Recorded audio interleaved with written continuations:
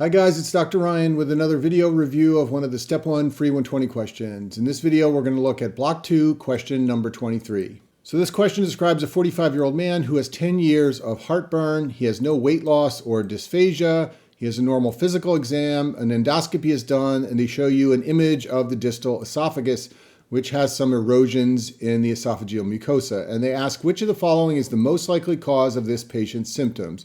And they give us 5 answer choices, which you can read yourselves. All right, guys, this is a pretty straightforward question. This is on the easier side of the types of questions you're going to encounter on the USMLE exam. So this man has heartburn, also known as gastroesophageal reflux disease or GERD. And they are basically just asking you, what is the cause of GERD? And this is just something you have to know from your foundational studying.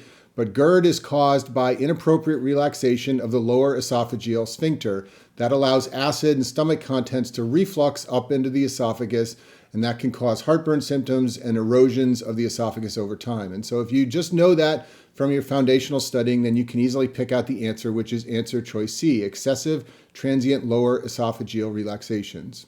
I think this question can basically be boiled down to just one sentence. It's just asking what is the cause of heartburn. A lot of the other information is extraneous. It's just in there to distract you. For example, you don't need to see the image of the distal esophagus or even recognize that it shows some erosions. That's not necessary to know that the cause of this man's clinical presentation, heartburn, is answer choice C. Okay, let's go through the wrong answers. Answer choice A is defect in secretin production. This is incorrect. So secretin stimulates the pancreas to release bicarb. So if there were a secretin defect, you would have acidic contents reaching the duodenum, and that would cause duodenal ulcers.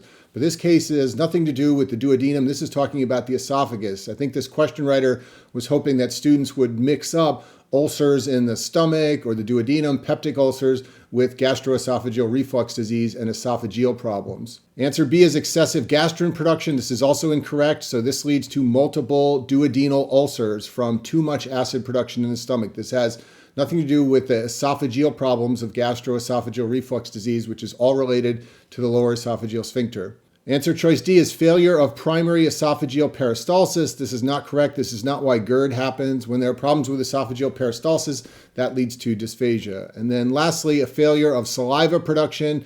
This is what happens in Sjogren's syndrome. It leads to dry mouth and sicca symptoms, but it doesn't lead to gastroesophageal reflux disease, or at least it's not the direct cause of GERD. And that concludes our video review of Block 2, Question 23 of the Free 120.